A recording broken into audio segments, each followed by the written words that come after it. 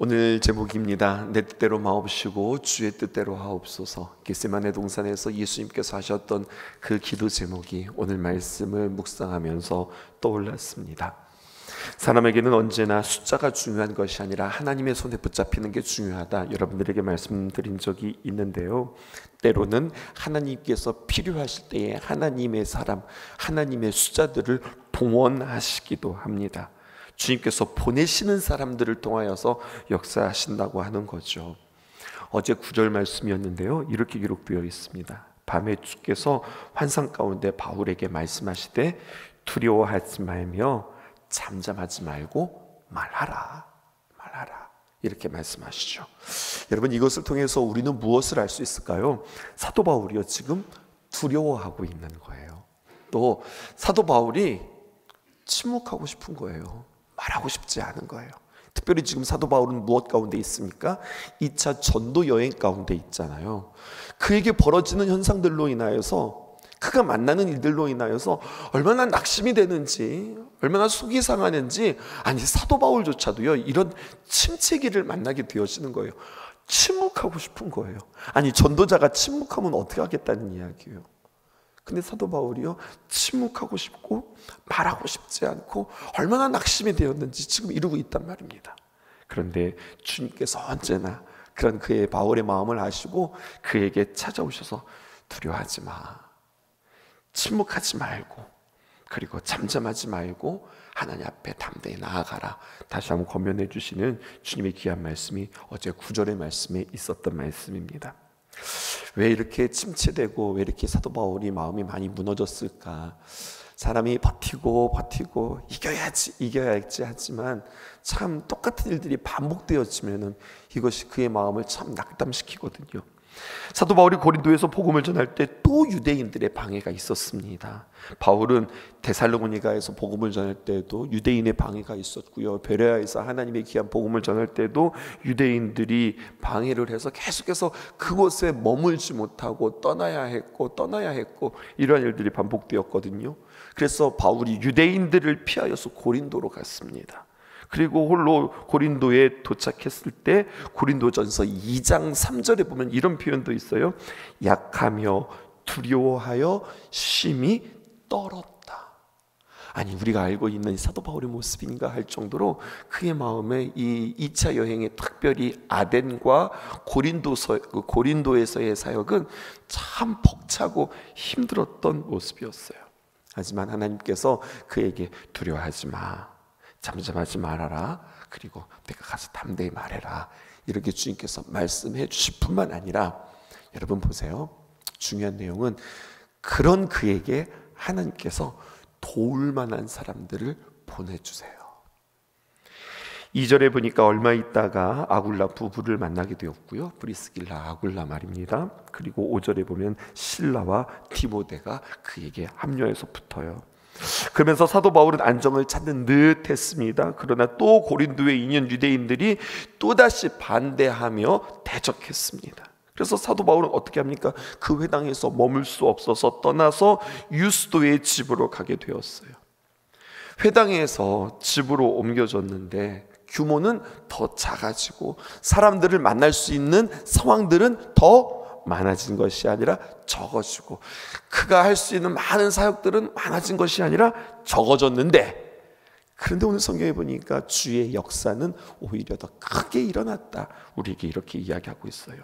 회당장 그리스포와 온 집안이 예수를 믿었고 수많은 고린도 사람들도 이제 예수님을 믿고 세례를 받았습니다. 그런데 여러분, 또 언제나 유대인들의 반대는 여전하였죠. 10절에 있는 말씀입니다. 이렇게 기록되어 있어요. 내가 너와 함께 있음에 어떤 사람도 너를 대적하여 해롭게 할 자가 없을 것이니 이는 이 성중에 내 백성이 많음이라 하시더라. 그 마음 가운데 또 이렇게 낙심이 들자 주님께서는 뭐라고 말씀하시냐면 내가 너와 함께 있다. 그리고 함께 있다고 하는 증거를 어떻게 이야기하고 있냐면, 어떤 사람도 너를 대적하여서 해롭게 할 자가 없을 것이니 이 성중에 보이지 않는 곳에 내가 계속해서 너에게 도울 자를 보내겠다. 주님께서 이렇게 말씀하시는 거죠. 두려워하지 말라고 하시면서 고린도에 주의 백성이 많이 있다. 유대인들이 비방하고 방해하기에 사도 바울은 뭐가 많다고 생각하는 거예요? 대적이 많다. 대적이 많다. 이게 너무 당연하게 보이는 겁니다. 자기에게 찾아오는 일들은 대적들이 많으니까 내 눈에는 대적이 많다고 생각하는 거예요. 근데 주님의 말씀은 뭐라고 말씀하는 거예요? 주의 백성이 더 많다. 이렇게 말씀해 주시는 거죠.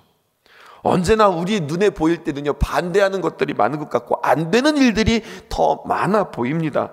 그래서 결사적으로 그들이 덤벼올 때에 우리들은 두려워할 수 있어요. 그러나 하나님께서 그때그때마다 우리에게 도우시는 신실한 사람들을 두고 계시고 그들을 훨씬 더 우리에게 많이 보내주신다고 하는 거죠. 그렇게 주의 사람들을 보내셔서 위로하고 격려하세요. 때로는 사람 때문에 참 힘들고 사람 때문에 속상한데 때로는 사람 때문에 위로받고 사람 때문에 참 힘을 얻는 경우들도 있어요. 그렇게 여러분 많은 이들을 통해서 나에게 붙여주신 이들에 더 우리가 집중하며 용기를 얻을 수 있기를 주님의 이름으로 축복합니다. 그리고 오늘 본문이 이어지는 거거든요. 오늘 본문은 평범해 보이지만 하나님의 인도를 받고 하나님의 손 안에 하나님의 품 안에 있는 사도 바울이 참 아름답게 그리고 점점 더 강해지는 그 사도 바울의 모습을 만나게 되어집니다. 고린도에서 처음 사역을 할 때만 해도 어땠다고 그랬죠? 그의 마음이 참 낙심이 되고 힘들었다고 그랬어요. 두려워서 떨었고 고린도에서 이거 지금 전도를 해야 되나 말아야 되나 그 마음 가운데 확신도 떨어졌습니다. 이게 맞나 싶은 거예요. 모든 것들이 부정적으로 보였어요. 그런데 주님의 응답이 있었다고요? 어떻게 해요? 어제 말씀 10절에 두려워하지 말며 침묵하지 말고 잠잠하지 말고 말하라. 내가 너와 함께 있으며 어떤 사람도 너를 대적하여 해로울 자가 없을 것이니 뭐라고요? 이 성중에 내 백성이 많음이라. 중요한 것은 이 주님의 귀한 음성을 듣고 말입니다. 사도 바울은 마음을 바꾸어요. 이게 중요합니다. 눈에는 여전히 부정적인 것들밖에 보이지 않아요. 고린도에서는 도무지 전도할 수 없을 것 같았습니다. 그런데 자신의 판단, 자신의 보여지는 것 이것을 접고 그는 어떻게 합니까? 복음을 계속해서 전해지는 거죠. 그래서 훗날 뭐가 생겨지는 거냐면 그렇게 해서 세워진 것이 고린도 교회인 것입니다. 우리가 정말 주님의 인도를 받는다면 내 눈에 보이는 것과 하나님의 계획이 얼마나 다른지 여러분 이것을 알게 되면 우리가 깜짝 놀랍게 되어질 것입니다. 내 눈에 보이는 것 또 나에게 방해하는 그 사람들 이것이 중요한 것이 아니라 주님의 말씀, 주님의 판단 그리고 주님의 인도하심이 너무나도 중요한 거예요. 언제나 하나님의 귀한 은혜가 있으면 반드시 방해도 있고 열심히 복음을 전하는 중에는 반드시 위기도 닥치는 거예요. 자, 성경이 어떤 패턴으로 우리가 이야기하나 한번 보세요. 갈리오라고 하는 새 총독이 부임합니다. 유대인들은요 이 새 총독이 부임해 올 때를 기다리고 있었어요. 왜냐하면 새롭게 총독이 되어지면 야 이제만 잘 해봐야 되겠다. 자 이런 마음이 있는 거거든요. 총독은 어디서 파송하는 겁니까? 로마 당국이 파송하는 겁니다. 그런데 특별히 로마가 이제 이곳 저곳에 자기가 로마가 통치받는 곳에 사람들을 총독을 세울 때에 유대 땅에는요 그 누구도 가고 싶어 하지 않았어요. 아주 이 유대 사람들은 별나거든요. 아주 속 시끄러운 곳이 바로 이 유대 사람들입니다. 그렇기 때문에 만약에 내가 이 유대 땅의 총독이 되었다 그럼 긴장하는 거예요. 또 그들 사이에서는 참 재수 없네 이렇게 생각할 수도 있고 어쩌면은요 그 서열 가운데서 내가 좌천이 됐다고 생각할 정도로 그렇게 유대 지역은 누구나 다 오기 꺼려합니다. 그런데 어떻게 합니까? 누군가는 가야 하는데 어차피 가게 되었으니 그럼 잘 한번 해보자. 잘 적응해보자. 잘 버텨보다가 다음 기회에 또 옮겨보자. 이런 마음이 있지 않겠어요? 잘해보려고 하는 마음들이 있는데 그 마음을 누가 아느냐? 유대인들이 안다는 거죠. 오호, 총독이 바뀌었어? 그럼 이것도 우리에게 기회가 되어지겠다 라고 생각하여서 유대인들이 새 총독이 부임해 올 때에 이용하여서 사도 바울을 고소하여서 어떻게 하느냐? 죽이라 이렇게 요청하는 거예요. 유대인들이요, 나름 자치적으로 자신들의 율법을 가지고 처벌할 수 있는 처벌권, 그 자율권을 로마가 허락했어요. 하지만 사람을 죽이는 사형권은 로마가 허락하지 않는 겁니다. 사람을 죽이는 사형은 반드시 총독의 재판권을 행사해야 되는 거예요. 예수님도 그렇게 해서 그래서 죽으시게 된 거예요. 그래서 예수님이 십자가에 그렇게 못 박히게 된 겁니다. 그러니 유대인들이 굳이 총독에게 가서 율법을 보냈으니 사도 바울을 사형시키라고, 이러이러한 제목이 율법에 위배되었으니 이게 문제니 사형은 당신이 내리라, 그렇게 이야기하는 거예요. 갈리오 총독 편에 있을 때 보면 이 유대인들은 소수입니까? 다수입니까? 다수지요. 정치적인 이해관계 가운데 이용해 보면은 이 갈리오라고 하는 새로운 총독이 유대인의 요구를 거절하기 어려운 상황이 되어지는 겁니다. 12절에서 13절 함께 읽어볼게요. 함께 읽어보십시다. 시작. 갈리오가 아가야 총독이 되었을 때에 유대인이 일제히 일어나 바울을 대적하여 법정으로 데리고 가서 13절 말하되 이 사람이 율법을 어기면서 하나님을 경외하라고 사람들을 권한다 하거늘. 그런데 이 제목을 이야기하지만 로마의 입장에서는 이게 별로 그에게는 관심도 안 되고 문제거리도 되어지지 않는 겁니다. 14절 바울이 입을 열고자 할 때 갈리오가 유대인들에게 이르되, 먼저 갈리오가 이야기하죠. 뭐라고 이야기하나? 너 유대인들아, 만일 이것이 무슨 부정한 일이나 불량한 행동이었으면 내가 너희들의 말을 들어주는 것이 옳거니와. 근데 갈리오가 엉뚱한 소리를 합니다. 15절 볼까요? 만일 문제가 언어와 명칭과 너희 법에 관한 것, 다시 말해서 너희 법은 무엇입니까? 율법이지요. 율법에 관한 것이면은 너희들이 스스로 알아서 처리해라. 이런 거 가지고 여기까지 가지고 오지 마. 이렇게 이야기하는 거예요. 나는 이러한 일에 재판장이 되기를 원하지 아니한다. 이렇게 이야기하는 겁니다. 유대인들이 굳이 총독에게 가서 율법을 보냈으니 사도 바울을 사형시켜달라고 이야기하지만 갈리오 총독이 유대인의 이 요구를 거절하기 어려운 상황이었지만 사울 한 사람을 죽이고 유대인들의 마음을 사는 것이 훨씬 더 낫지만 여러분 그렇게 하지 않아요. 여러분 이 이야기가 무슨 이야기와 많이 닮아 있어요? 누가 생각나세요? 여러분 예수님 생각나지 않으세요? 예수님을 재판한 빌라도 총독이 그렇게 했습니다.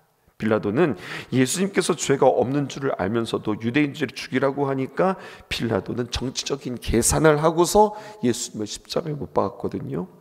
사도 바울도 이 문제를 처리하는 것, 사도 바울도 그렇고 이 갈리오 총독도 그렇고 난감한 겁니다. 사도 바울의 입장에서 내가 여기서 끝나는구나, 나는 여기서 죽는구나 생각되어지는 거예요. 상황이 다 그렇게 돌아가는 겁니다. 주님의 응답은 뭐라고 말씀하셨습니까? 너를 해할 자가 없을 것이라. 이게 주님의 말씀이었어요. 근데 지금 돌아가는 상황은 해할 자가 없기는커녕 해할 자가 얼마나 많은지 몰라요. 문제가 지금 풀리기는커녕 문제가 더 꼬이게 생겼어요. 앞이 가로막히게 생겼어요. 꼼짝없이 죽을 수밖에 없고 주님의 말씀과 자신의 삶은 너무 이질적인 거예요. 어느 정도의 평행선이라도 좀 그어야죠. 주님께서 하시는 말씀과 나에게 벌어지는 일은 점점 더 멀어지고 있는 상황인 겁니다. 그런데 여러분 뜻밖의 결과가 나타나는 겁니다. 갈리오 총독이 이야기하는 걸 보세요. 빌라도를 생각하시라고 그랬죠. 빌라도는 어떻게 합니까? 그 유대인들의 시선과 그들의 정치와 그리고 그들의 여론에 그래 내가 어쩔 수 없이 끌려가게 되어지는데 이 갈리오 총독은 유대인의 언어와 법에 관한 것이라면 내가 상관하지 않는다 이렇게 이야기하는 거예요. 그러면서 유대인의 고소를 어떻게 하는 겁니까? 기각하는 겁니다. 그리고 유대인들을 재판장의 그 자리에서 쫓아내는 겁니다. 아니 신참이요 세게 해도요 이렇게 세게 할 수가 없는 거예요. 예상 밖의 결과가 일어나는 겁니다. 도무지 믿어지지 않는 결과가 일어나는 겁니다. 총독이 지금 정치를 하겠다는 건가 말겠다는 건가? 지금 유대 사회에서 이 사람이 살아남겠다는 건가 말겠다는 건가? 어떻게 이런 일들이 일어났을까요? 아, 이 사람이 심지가 굳은 사람이구만. 우리가 이렇게 해석해야 할까요? 아니죠. 하나님의 말씀이 응하는 겁니다. 기도의 역사인 겁니다. 신실하신 하나님께서 그 말씀을 이어가시는 겁니다. 누가 하고 계시는 거예요? 갈료가 하는 것이 아니라 갈료의 마음을 주님께서 붙잡고 계시는 거예요. 주님이 일하시는 겁니다. 고린도에 계속 복음을 전하라 말씀하셨고, 담대하라, 두려워하지 말라 말씀하신 주님께서 일하고 계시는 겁니다. 뜻이 좌절된 유대인들 보세요. 그러니까 사람들은요 꼭 이래요. 자기의 뜻이 관철되어지지 않으면 에휴 안 됐나 보다 하고서 툭툭 털고서 도망가는 것이 아니라 뭐 하나라도 이렇게 잡으려고 하는 거죠. 가만히 보았더니요, 소스네네라고 하는 사람이 있습니다. 17절에 소스데네, 이 사람에게 한번 동그라미를 쳐보실까요? 여러분, 이 사람은 누구냐면 회당장이었는데요, 안식일마다 사도 바울이 회당에서 강론하도록 그 자리를 허락했다고 하는 그 이유 때문에 재판석 앞에서 소스데네를 잡아서 그를 매우 때립니다. 구타합니다. 이것은 가능한 거거든요. 죽일 수는 없지만 자기들의 법들에 따라, 자신의 자치에 따라 이렇게 가할 수는 있거든요. 그런데 총독은요, 이렇게 소스데네를 때리는 것에 대해서는요 가만히 내버리고 있어요. 한편으로는 유대인의 영향력에 대해서 그렇게는 신경 쓰고 있다는 이야기죠. 17절 우리 함께 읽어볼게요. 시작. 모든 사람이 회당장 소스데네를 잡아 법정 앞에서 때리되. 자, 법정 앞에서 때리니 법정에서 나가 그랬더니요, 그 법정 앞에서 때리는 이 심리는 여러 가지 많은 심리가 있는 거예요. 어떻게 보면은 그 총독에게 보이기 위한 자신들의 보여지는 시위일 수도 있어요. 그런데 갈리오는요 이것들을 바라보고서 어떻게 합니까? 상관하지 않습니다. 사도 바울 대신에 지금 누가 매를 맞고 있냐면 소스데네가 지금 매를 맞고 있습니다. 얼마나 억울하겠어요? 또 얼마나 괴로웠겠어요? 하지만 여러분, 이 매 맞는 일까지도 복이 되어지는 거예요. 또 누가 생각이 납니까? 십자가에서 예수님께서 골고다로 언덕하실 때에 그 예수님의 십자가를 함께 지었던 구레네 시몬이 생각이 나요. 예수님의 십자가를 대신 지는 것과 같은 이야기가 또다시 한번 오늘 이야기에 반복되어지고 있습니다. 그리고 그 일로 인하여서 구레네 시몬이 처음에는 당황하고 힘들었지만 그 사건으로 인하여서 신실한 주님의 귀한 제자가 되었듯이 오늘 소스데네도 말입니다. 이 일로 인하여서 억울하다고 생각하고 낭망하고 넘어진 것이 아니라 소스데네의 일가는 다 구원을 받고 자녀들이 초대교회의 훌륭한 지도자가 되어지는 겁니다. 그 증거가 고린도전서 1장 1절에 기록되어져 있습니다. 함께 보실까요? 고린도전서 1장 1절에 있는 말씀, 바울과 형제 소스데네는 이라고 하는 표현이 나오죠. 하나님의 뜻을 따라 그리스도 예수의 사도로 부르심을 받은 바울과 그리고 그의 형제가 되었다. 누굽니까? 소스데네가 여기에 등장하는 거예요. 즉 소스데네는 사도 바울과 동역하는 영광스러운 사역자가 되어지는 계기를 이렇게 맞게 되어지는 겁니다. 이때부터 바울과 동역자의 반열에 서서 하나님의 귀한 복음을 전하는 자가 되죠. 놀랍지 않아요, 여러분?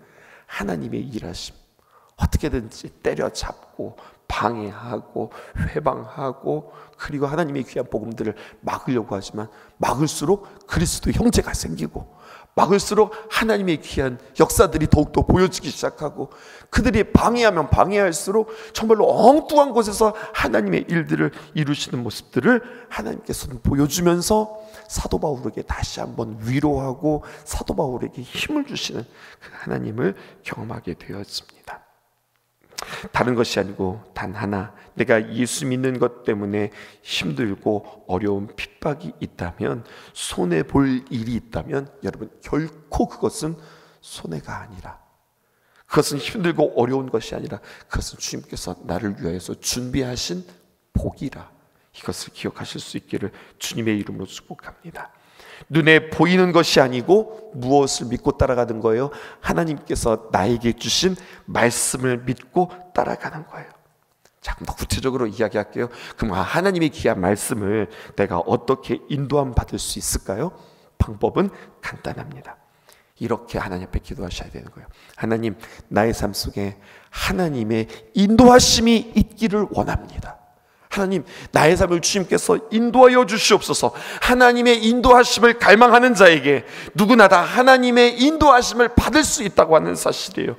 하나님은 단 한 사람도 외면하지 않는다는 겁니다. 네 기도가 부족하니 내가 너를 인도할 수는 없겠구나. 아, 너는 대단하구나. 내가 너를 인도하마.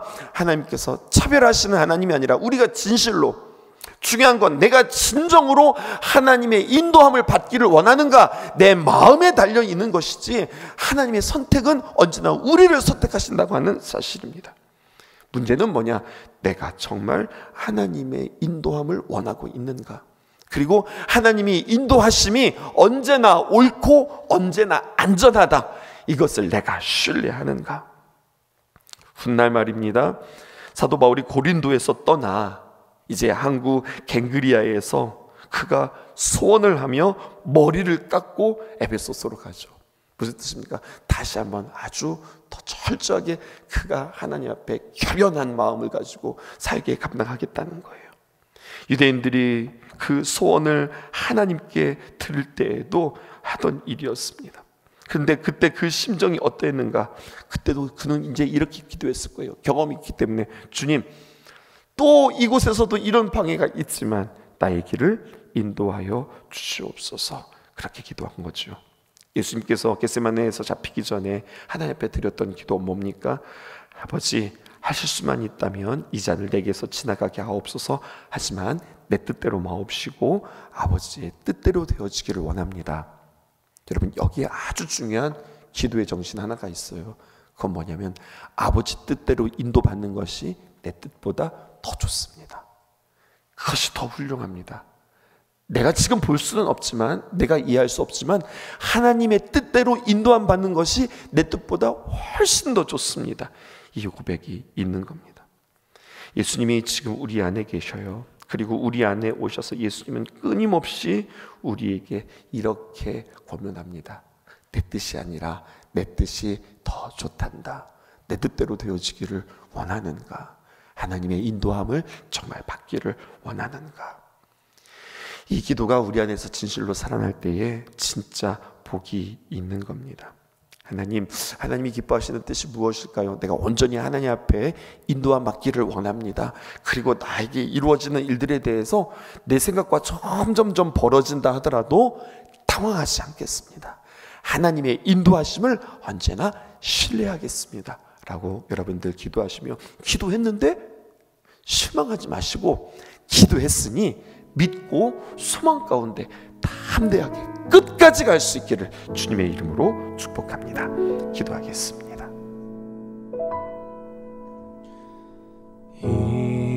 일어나 걸어라, 내가 새 힘을 주리니. 일어나 너 걸어라, 난 너를 도우리. 나의 등 뒤에서 나를 도우시는 주,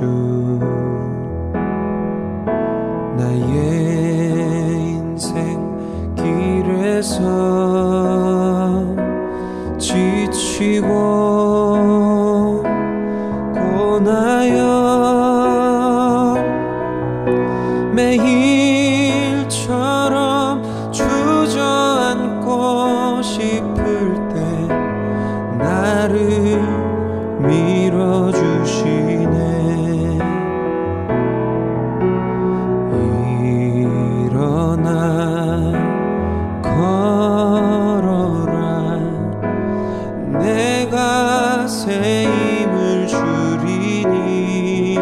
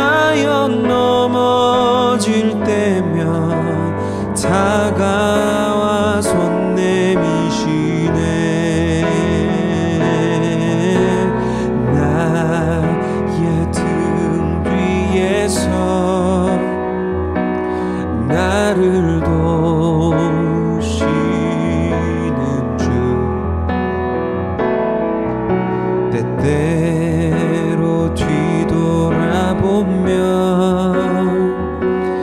여전히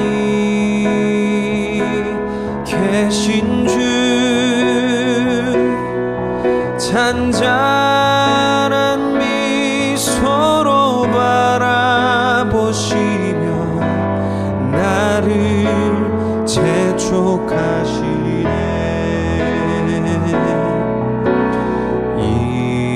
일어나 걸어라 내가 새 힘을 주리니. 일어나 너 걸어라 내 너를 도우리.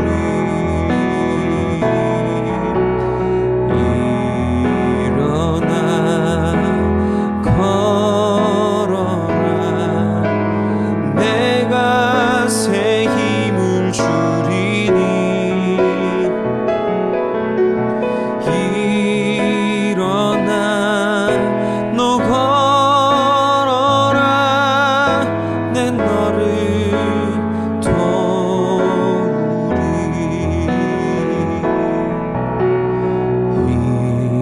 일어나 걸어라 내가 새 힘을 주리니.